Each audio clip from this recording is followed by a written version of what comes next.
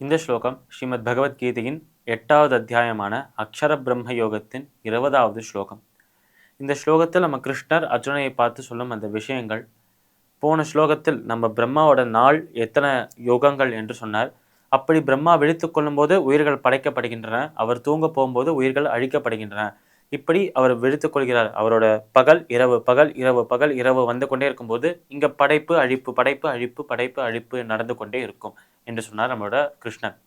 இப்பொழுது இந்த ஒரு கான்வர்சேஷன், பிரம்மாவை பற்றிய அந்த விஷயங்களை சொல்வதற்கு முன்பு அவர் எங்க இருந்தார் என்றால், இது அனைத்திற்கும் எந்த லோகத்துக்கு சென்றாலும் அர்ஜுனா, நீ பிரம்மலோகத்திற்கே சென்றாலும் மீண்டும் பிறப்பெடுக்கத்தான் வேண்டும்.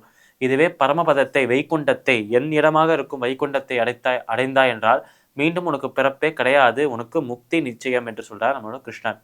அப்பேற்பட்ட அந்த வைகுண்டம், நம்ம பகவான் இருக்கும் அந்த பெருமாள் இருக்கும் அந்த இடமாக இருக்கும் வைகுண்டத்தை பற்றி பின்வரும் ஸ்லோகங்கள்ல சொல்ல போறார். அதில் ஒரு ஸ்லோகமாக இந்த ஸ்லோகம் இருக்கு. இந்த ஸ்லோகம் தொடங்கி இதுக்கப்புறம் வரப்போற அனைத்து ஸ்லோகங்களையும் இறைவன் இருக்கும், இறைவன் வசிக்கும் அந்த இடம், இறைவன் வசிக்கும் அந்த லோகமானது எப்படி இருக்கும் என்று சொல்ல போறார் நம்மளோட கிருஷ்ணர். அப்பொழுது இந்த ஸ்லோகத்தில் சொல்றது, அனைத்து லோகங்களை காட்டிலும் அனைத்து உலகங்களை காட்டிலும் உயர்வான ஒரு உலகமாக அது இருக்கும். அனைத்து உலகங்களை காட்டிலும் இது எல்லாத்திற்கும் அப்பாற்பட்ட ஒரு உலகமாக அது இருக்கும். நம்மளுடைய எண்ணங்களுக்கும் கற்பனைக்கும் அப்பாற்பட்ட ஒரு இடமாக, நம்ம கற்பனைகளை நம்ம சிந்தனைகளை கடந்த ஒரு இடமாக அது இருக்கும். நம்மளால் நினைத்து கூட பார்க்க முடியாது அது எவ்வளோ அழகாக இருக்கும் என்று. அவ்வளோ ஒரு அழகாக, கண்ணை பறிக்கக்கூடிய அளவுக்கு அழகாக இருக்குமா அந்த இடம். அந்த இடத்தில் அமைதி அமைதி அமைதி மட்டுமே இருக்கும். எந்த ஒரு சோகமும் கிடையாது, எந்த ஒரு கோபமும் கிடையாது, எந்த ஒரு ஆசையும் கிடையாது.